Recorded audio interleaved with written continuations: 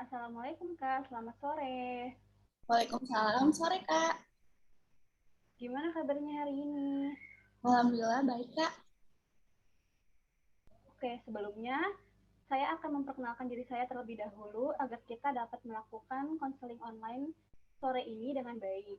Perkenalkan, nama saya Nada Andrea, kakak bisa panggil saya Nada. Di sini saya sebagai konselor dan kakak sebagai konselingnya. Kalau boleh tahu, nama kakak siapa ya? Perkenalkan Kak, nama saya Armita Zirahmuni, panggil saja Mita Kak. Oke, Kak Mita. Sebelumnya, kakak sudah pernah melakukan konseling seperti ini? Belum pernah Kak. Oke, baik. Di sini saya akan menjelaskan terlebih dahulu tentang konseling.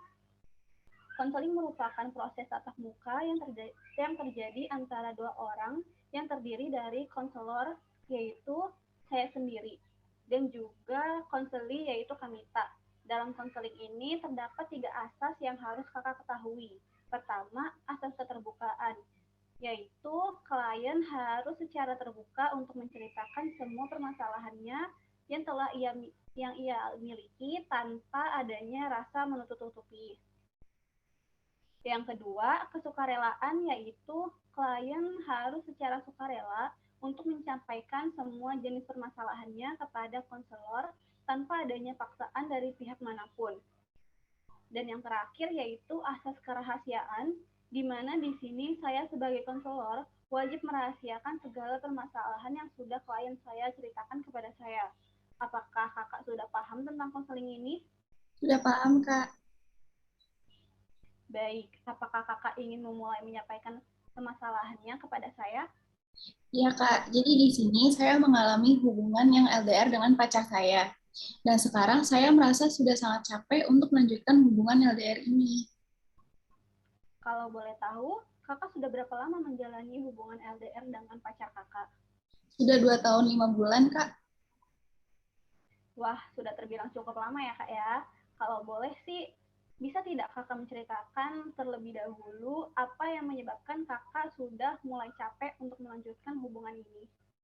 Awalnya saya terbiasa untuk menjalani hubungan LDR seperti ini. Tapi makin ke sini, saya merasa hubungan saya makin tidak jelas Kak. Kalau boleh tahu, tidak jelasnya karena apa kak? Jadi gini, komunikasi kami makin sangat singkat, Kak. Seperti sudah tidak ada bahan obrolan untuk bercerita satu sama lain. Jadi kayak cuman perihal berkabar lagi di mana-mananya saja. Telepon atau video call juga sudah tidak pernah dilakukan lagi. Dia juga udah mulai cuek, Kak. Terus untuk rencana bertemu pun sudah tidak pernah lagi dibicarakan. Biasanya saya nunggu sekitar 2 sampai 3 bulan untuk bisa bertemu, tetapi ini tidak ada tanda-tanda rencana bertemu lagi.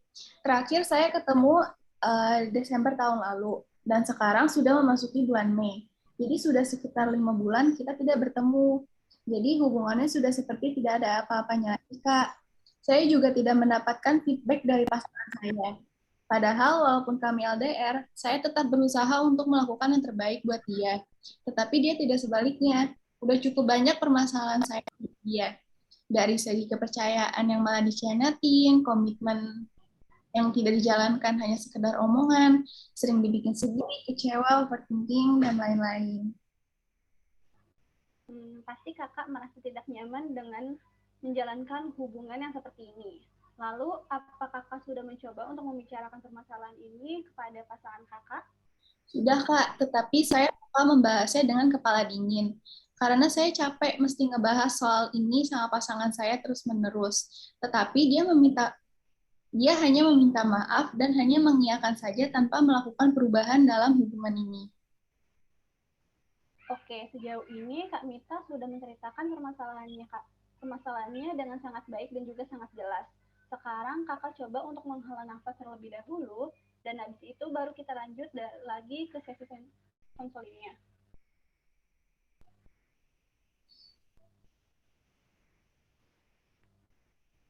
Apakah sudah Kak? Sudah.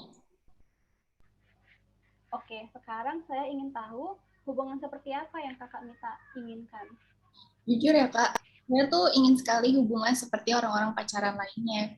Bisa bertemu pasangan kapanpun kita mau, video call atau telepon malam, bisa bertukar pikiran setiap hari, bisa saling jaga kepercayaan dan jaga komitmen, bisa mendapatkan feedback juga. Tetapi di hubungan saya yang sekarang itu, saya tidak mendapatkan apa yang saya inginkan.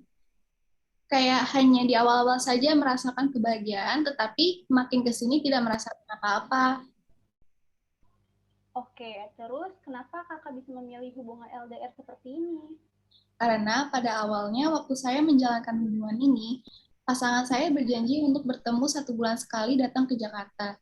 Tetapi ternyata itu cuma omong kosong. Saya kira karena kita LDR, komunikasi kita bisa semakin lebih intens karena jauh, susah bertemu, dan lain-lain. Tetapi ternyata itu semua hanya kebalikannya. Dan itu yang membuat saya merasa capek, sedih, overthinking tiap malam. Bahkan tidak mood melakukan apa-apa. Dan sampai ke bawah kegiatan saya sehari-hari gitu, Kak. Kayak jadi malas makan, mukanya kebanyakan murung, terus kebanyakan nangis gitu. Ternyata hubungan kakak dan pasangan kakak sudah tidak sehat ya, karena sampai membawa dampak negatif ke kehidupan kakak. Di sini yang saya nilai, pasangan kakak termasuk kategori laki-laki yang egois, hanya memikirkan dirinya sendiri tanpa memikirkan pasangannya, dan tidak dapat menjaga kepercayaan yang sudah kakak kasih. Iya, Kak, betul banget. Awalnya saya yang selalu kayak seperti memohon-mohon untuk dia punya waktu buat saya. Memohon untuk dia bisa berubah dan tidak melakukan kesalahan yang sama terus-menerus. Tetapi makin ke sini saya sadar kalau derajat seorang wanita tidak seharusnya dilakukan seperti ini. Oke, itu patut disyukuri karena Kak Mita pada akhirnya bisa menyadari bahwa derajat seorang wanita bukanlah untuk memohon-mohon meminta waktu kepada pasangannya dan meminta pasangannya untuk bisa berubah menjadi lebih baik. Karena ketika kita serius dalam menjalani suatu hubungan, otomatis pasangan kita akan melakukan yang terbaik untuk hubungannya, bukan malah menyakiti pasangannya. Lalu Kak Mita bisa menceritakan apa yang membuat kakak masih bertahan di hubungan ini padahal kakak sudah merasa capek?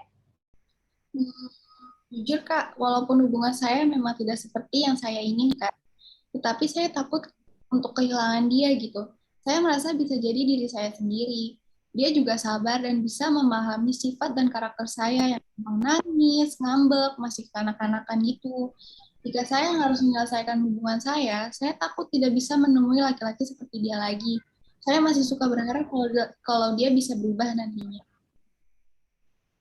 Oke, baik. Yang saya lihat di sini, kakak masih sangat menyayangi pasangan kakak sendiri. Tetapi jika dilihat dari permasalahan kakak selama ini, dari dia yang tidak punya waktu buat kakak, sering melakukan kesalahan berkali-kali, mengkhianati kakak, mengecewakan kakak, apakah kakak yakin bahwa pasangan kakak bisa berubah? Saya belum terlalu yakin, Kak, karena saya sadar semestinya saya tidak bertahan di hubungan yang seperti ini gitu. Saya merasa harga diri saya di mata pasangan saya itu sudah tidak ada lagi. Tetapi di satu sisi saya tidak siap untuk tinggalin pasangan saya, Kak. Apa yang harus saya lakukan ya? Oke, di sini terdapat hal yang cukup baik bahwa kakak menyadari kakak tidak bisa bertahan di hubungan seperti ini terus-menerus. Saya paham apa yang kakak rasakan. Di posisi seperti kakak ini, pasti bingung sekali harus melakukan apa. Tetapi menurut saya, angka baiknya kakak mencoba untuk merelakan hubungan kakak ini dan mencoba untuk membuka hati terhadap orang baru daripada kakak harus terus-menerus mengalami sedih, overthinking setiap harinya. Bisa saja orang baru nanti akan akan membuat kakak mendapatkan kebahagiaan yang kakak inginkan di dalam suatu hubungan. Ada benarnya juga sih, Kak. Saya terlalu takut untuk membuka hati terhadap orang baru. Iya betul Kak, jika kita belum mencobanya, kita tidak akan pernah tahu hasilnya seperti apa. Baik, Kak. Saya sudah merasa terbuka pikirannya dan sudah merasa lega sekarang. Oke Kamita, saya juga merasa senang karena kakak mau menjalankan sesi konseling sore ini bersama saya.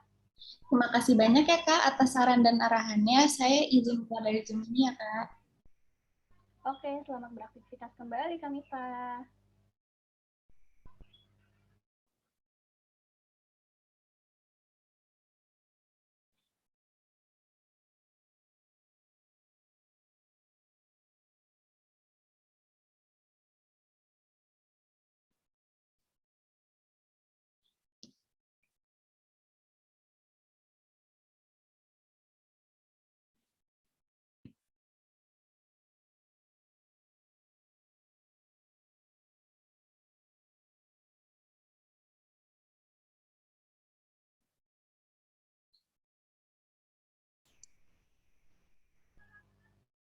Selamat siang, Kak.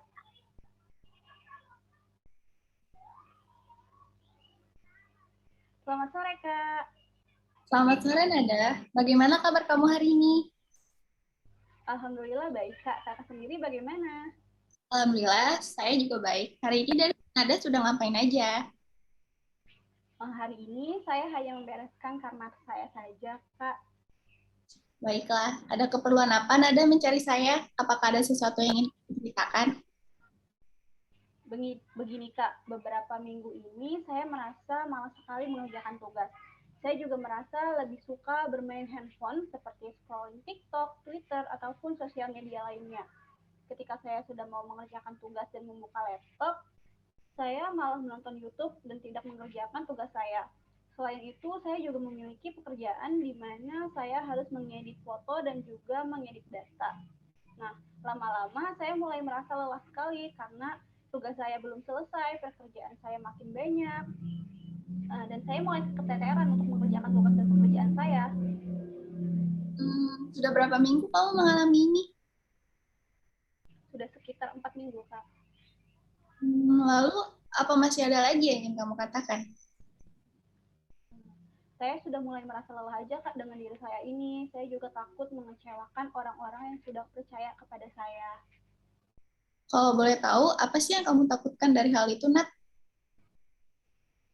Saya takut kedua orang tua saya merasa kecewa karena melihat prestasi saya yang menurun tiap semesternya.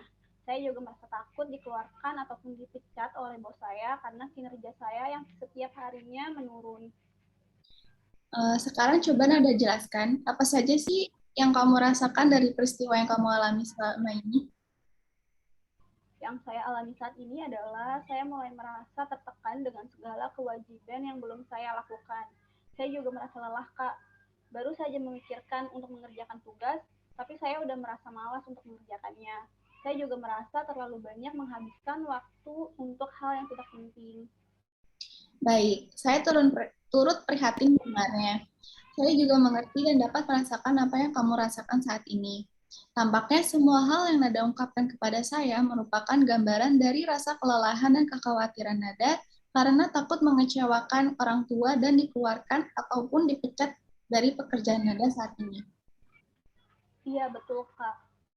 Oke, sekarang Nada berada dalam proses konseling yang mana dalam proses ini saya mengharapkan kejujuran dan keterbukaan Nada dalam bercerita. Saya akan menjaga semua kerahasiaan data yang Nada sampaikan, kecuali yang Nada sampaikan. Apakah Nada sepakat dengan struktur ini? Sepakat, Kak. Oke, sekarang saya ingin bertanya kepada Nada, bagaimana keseharian Nada di rumah sih? Keseharian saya di rumah ya biasa aja sih, Kak. Saya bangun, terus saya langsung mandi. Terus kalau misalkan saya ada Zoom kelas, saya akan absen dan juga melakukan Zoom kelas. Namun jika tidak ada kelas, saya hanya memainkan handphone saya karena saya terlalu asik bermain handphone ini, saya juga jadi malas mengerjakan tugas. Sekarang saya ingin meminta pendapat Nada tentang akibat yang timbul jika Nada menunda mengerjakan tugas itu apa aja. Nah, menurut saya nih, Kak, jika kita menunda tugas dan juga kerjaan, itu akan membuat kita keteteran untuk mengerjakan hal-hal yang lainnya. Dari jawaban Nada tadi, dapat saya simpulkan bahwa Nada tahu akibat dari kebiasaan suka menunda pekerjaan. Akan tetapi, mengapa Nada masih tetap melakukan hal tersebut? Saya melakukan ini karena saya merasa sepi sekali, Kak, akhir-akhir ini. Saya merasa tidak ada teman yang mampu menemani saya. Maka dari itu, saya memutuskan untuk mencari kesenangan saya melalui sosial media, sehingga saya tidak merasa kesepian lagi. Hal ini membuat saya merasa malas dan juga lelah dengan segala hal, termasuk pekerjaan dan juga perkuliahan. Oke, saya mengerti akan hal tersebut.